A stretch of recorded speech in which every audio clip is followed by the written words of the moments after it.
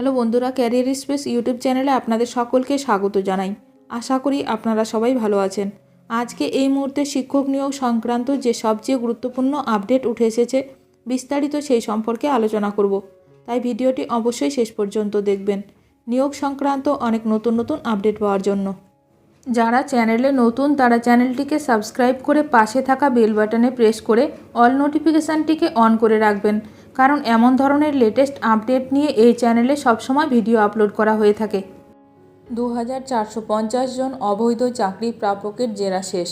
150 জন মহিলা চাকরি প্রাপককে নিয়ে বিপাকে সিবিআই। কেন? স্কুল সার্ভিস কমিশনের নিয়োগ দুর্নীতি কাণ্ডে বড় খবর সামনে এলো। আদালতের নির্দেশে অযোগ্যদের জেরায় শিক্ষা দপ্তরের বিরুদ্ধে অসহযোগিতার অভিযোগ তুলল কেন্দ্রীয় তদন্তকারী সংস্থা সিবিআই। তদন্তকারী সংস্থার দাবি, মহিলা অবৈধ চাকরি প্রাপকদের জেরা করতে সহযোগিতা করছে না শিক্ষা দপ্তর।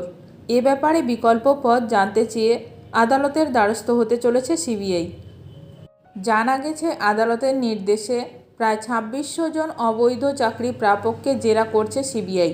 ইতিমধ্যেই 2450 জন অবৈধ চাকরি প্রাপককে জেরার কাজ শেষ হয়েছে, কিন্তু সমস্যা তৈরি হয়েছে 150 জন মহিলা চাকরি প্রাপককে নিয়ে।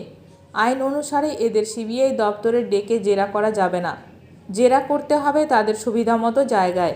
তবে এই বিপুল সংখ্যক মহিলা অবৈধ চাকরি প্রাপককে তাদের বাড়ি বা অন্য পছন্দমতো জায়গায় গিয়ে জেরা করার পরিকাঠামো নেই সিবিআইয়ের।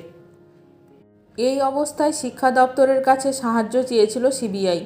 এই নিয়ে চিঠি দিয়ে জানানো হয়েছিল নির্দিষ্ট দিনে শিক্ষা দপ্তরে এদের তলব করা হোক। সেখানে গিয়ে এই 150 জনকে জেরা করবেন সিবিআই আধিকারিকরা, কিন্তু সেই প্রস্তাব পত্রপাঠ খারিজ করে দিয়েছে শিক্ষা দপ্তর। তাদের দাবি, তাদের অন্য কাজ রয়েছে। ফলে সিবিআইয়ের গোয়েন্দারা কিভাবে এই 150 জনকে জেরা করা যেতে পারে সে ব্যাপারে আদালতের দ্বারস্থ হওয়ার পরিকল্পনা করছে। সমস্যা সমাধানে আদালতকে বেশ কয়েকটি প্রস্তাব দেওয়া হতে পারে। ফোনে বা ভিডিও কনফারেন্সের মাধ্যমে জেরা করার প্রস্তাব দিতে পারে সিবিআই। সঙ্গে শিক্ষা দপ্তর যে সহযোগিতা করছে না সেটাও আদালতকে জানানোর পরিকল্পনা করেছে সিবিআই। এখন দেখার বিষয় এই নিয়ে আরও কি গুরুত্বপূর্ণ খবর উঠে আসে। ভিডিওটি ভালো লাগলে অবশ্যই লাইক করবেন। আজকের ভিডিওটি এখানেই শেষ করলাম। নতুন কোনো আপডেট নিয়ে দেখা হবে নেক্সট ভিডিওতে।